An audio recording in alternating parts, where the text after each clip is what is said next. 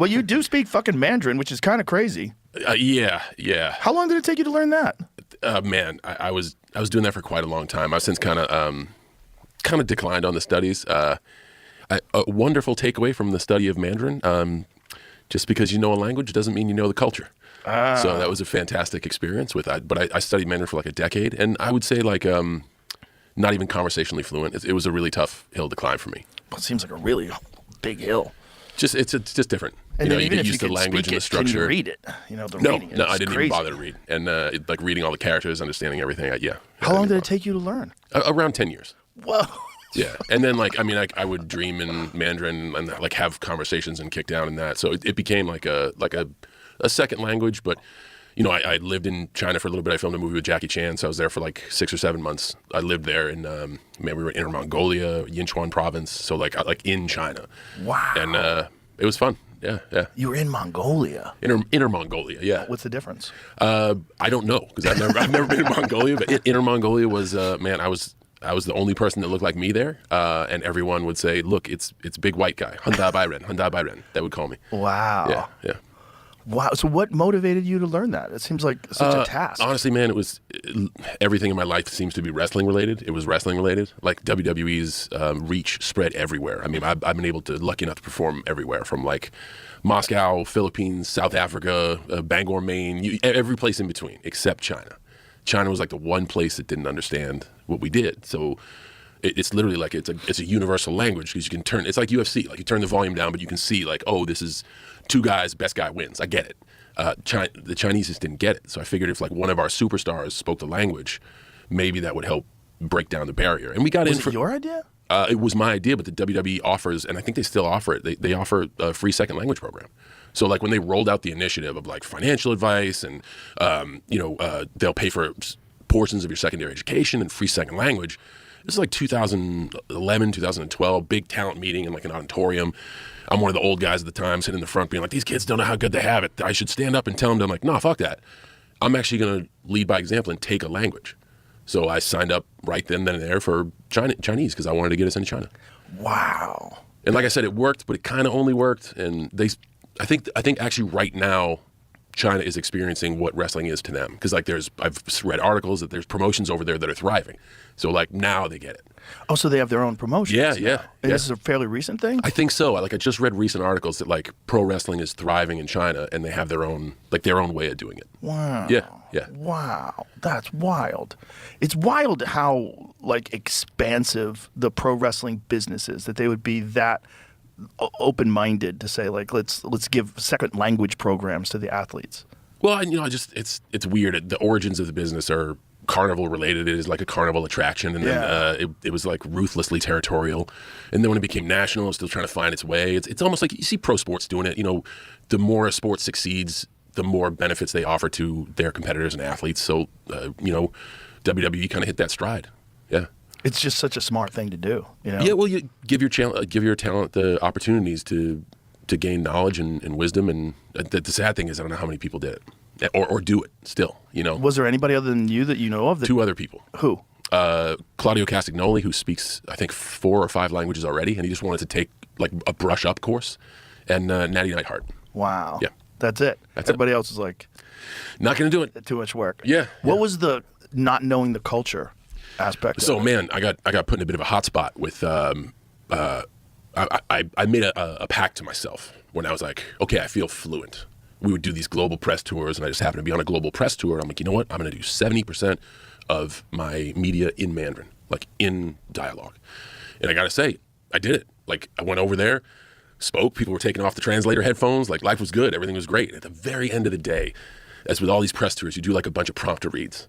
So I'm doing prompter reads for everywhere. And it's like, hey, go this place and see this movie, go this place and see this movie. And no, my bad, I didn't check the reads, because it's like an end of a 10-hour day, you do a million of these things. And one of them said like, hey, Taiwan, see this, and it was all in Mandarin, and the opinion described Taiwan as a country.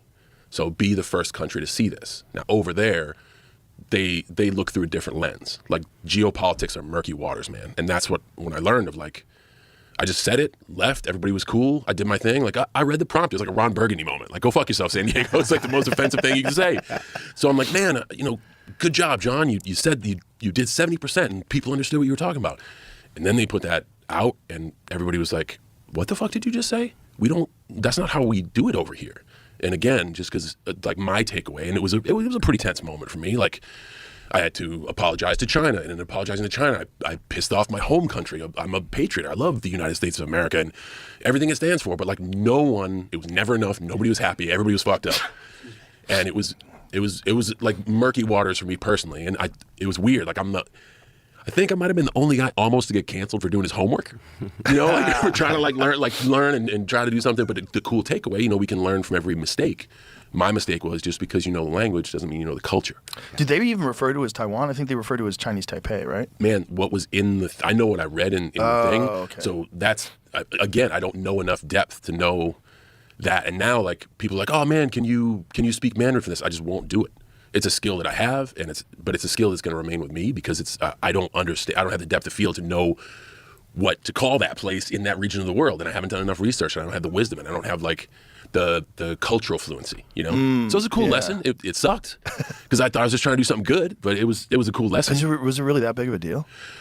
Man, I thought, like, I was filming Peacemaker season 1, and when they came out with all of this stuff, I went directly to James Gunn and was like, hey man, if you have to fire me, I understand. Wow. And it was that serious. Yeah, and it wasn't even words that you wrote. Someone else, the WWE wrote it? That doesn't. No. It was for the movie I was promoting. Right. So the people that made the movie wrote it. So I don't know. Like, when you do these press tours, let's say if I'm doing a movie for Warner Brothers, let's use Peacemaker as an example. I'm doing a global Peacemaker tour, and we go into China or we go into South America.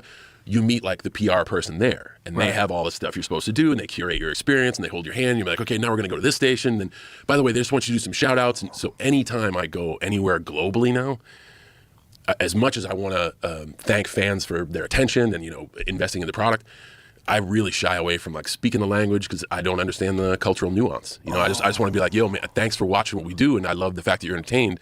But I want to speak to you at a level that I understand that I'm fluent because you're boots on the ground here every day, and I might say something that's a nice gesture but completely fucking offend you, and that's not good. That's not good for anybody. So was the teleprompter in English and you translate to Chinese? Everything was in Mandarin, and in Chinese they have the characters, which are virtually impossible for me to learn. There's like an infinite number, but they also have what's called pinyin, which is it's kind of spelled out in English with phonetics, so it has the 4 tones. Okay. So if you were to put something in front of me in pinyin right now, I could definitely read it. And I got good at reading pinyin, so I was like, man, I could send all these messages in Mandarin, and then more people will know about this movie, and more people will know about me, and more people will know about wrestling, and more people will be excited.